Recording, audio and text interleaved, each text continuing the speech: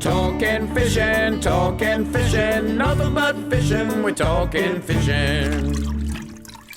Product of the week, brought to you by Tackle World, now with 8 great locations around Victoria. Tackle World, where our advice is priceless, that's why it's for free. See you down at Tackle World today.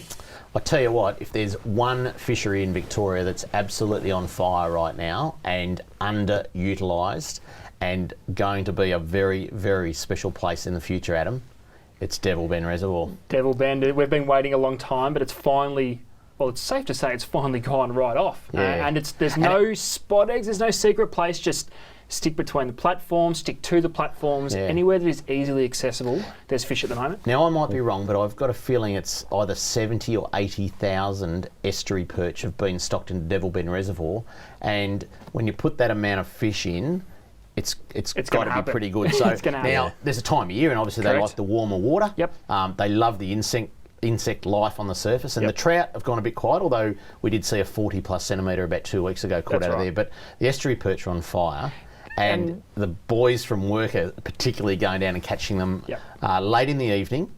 Now, you're going to show us a whole lot of hard bodies, but you're not going to show us a fly. Well, you're going to show us a cicada. I'm going to show you a cicada. But fly fishing has just been awesome as well. Yeah, that's right. And because we're at that time of year where these perch have, well, first off, they've got to a size where they're easily catchable. They're not big. They're still well undersized. 23 centimetres, almost every one of them. That's right. So they're all similar size. They're great fun to catch because they're being taken on top. And I think the flow-on effect from these fish in there is their activity is stirring up activity in the redfin, the trout, and the bits and pieces. They can't help themselves.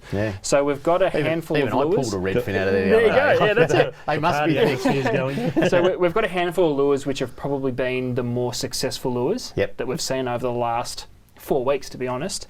We've covered it before, but the bobbin spoon by Strike Pro. They're a great little lure for, I guess, the amateur, someone who hasn't done a lot of lure fishing. You'll catch everything on them. The big trout that we just spoke of was caught on one of these during the week. It's as simple as casting it as far as you can and just winding it back. They're designed to impart their own action. You can let them sink down a little bit because they are quite heavy, but they will attract everything from estuary birds to trout to worth pointing out though that a lot of these fish are coming in less than a metre of water. Yeah, they are. And there's a lot of weed. So They're at your feet. they've put Devil Bend down to a certain level. I think it's 68%.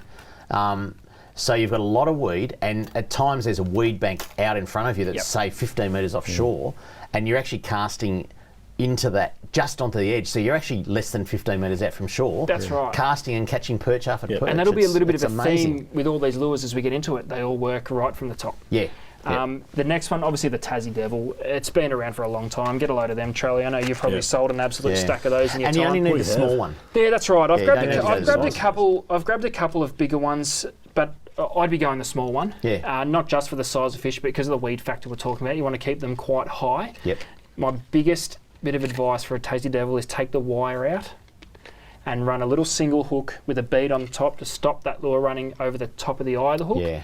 That's all you need. So these fish are in there at the moment for release because they are quite small, but the old Tazi, they just work. You'll catch estuary perch on these. Obviously the redfin and the trout, we know how successful they are on those, but you'll get your estuary perch on them as well. That's a 7 gram. Another little hint with those too, Ads, is what you can do is you can actually put them on the edge of the bench or your boat and give them an extra bend because they're lead core, and you can make them work faster or slower.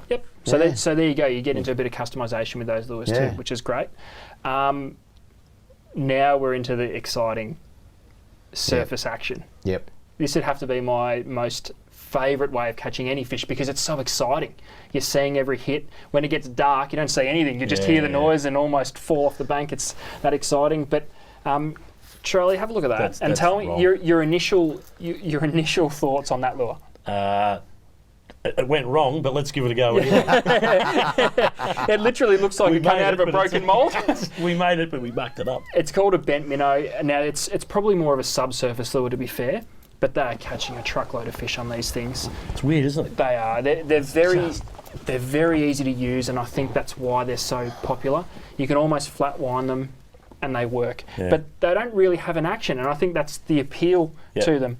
Sometimes they dart subsurface and fall back up and fall over themselves. Other times you can get them to walk the dog on the surface. And I think that's what makes them so unique and so exciting. It's like a wounded fish, like, look, I'm wounded, come and eat me. It is, and if there is a wounded fish, they have no pattern or no rhythm to what they're doing. They're just trying to survive. So that's what that's designed to do, and it has been one of the more popular lures throughout Delaware Bend at the moment. On top of that, you go to your more traditional style walk the dog lure. These are a Jackson Pygmy Pencil. Yep.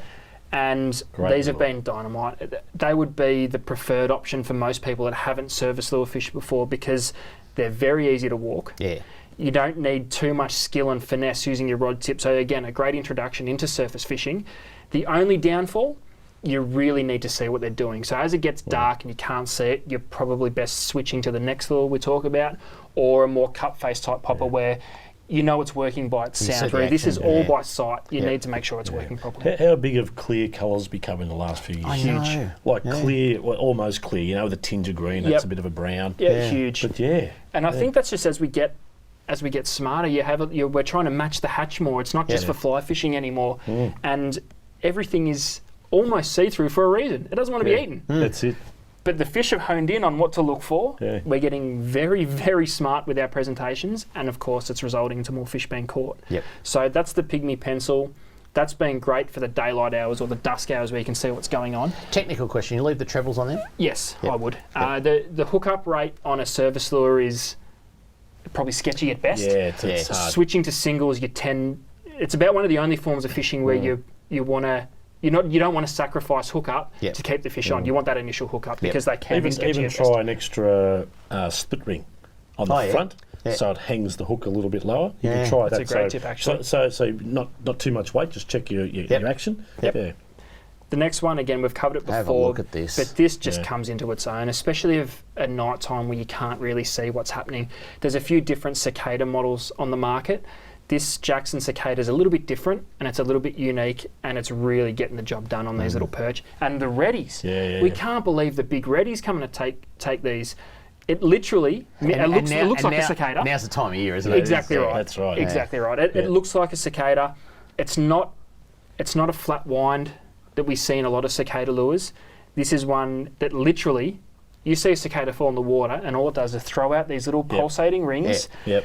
You just hold the wings are flapping and it's buzzing, isn't it? Exactly right. So let that hit the water, give it one solid little lift of the rod tip to spread those wings out, and then just shake that rod tip and let it do its thing. Because it'll flutter. Shake your rod. There's actually a really good YouTube clip of it. I think Brett Wilson from Tackle World has done a really good little YouTube clip. So just Google Jackson cicada. Yeah, that's Brett right. Wilson, Tackle World, something like that, and you'll get it. So it's a ripper of a It's worth clip. looking at it because it's the only way to work these lures. They're designed very specifically. It's a Japanese designed and made lure.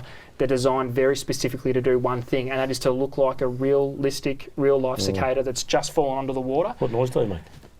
They click. Do they? Yeah. We might bring a real one in one day. Yeah, we'll bring a real one in. And Charlie, you eat it. What do you reckon? They will. That's the problem. Seriously, if you haven't seen these cicada imitations from Jackson, get into your local tackle shop and have a look at it because they are, you can tell they're Japanese quality. That's right. They are just absolutely a copy. They look lifelike. Yeah. And please talk to the staff because, like I said, it's very important that you get the action right on these lures. Correct. It's very, very easy to do. They're not a hard lure to use. It's nothing complicated about it, but you need a specific action. Otherwise, it won't do anything. It's designed for a specific purpose, and the fish are going mad for it at the moment. Talking fishing.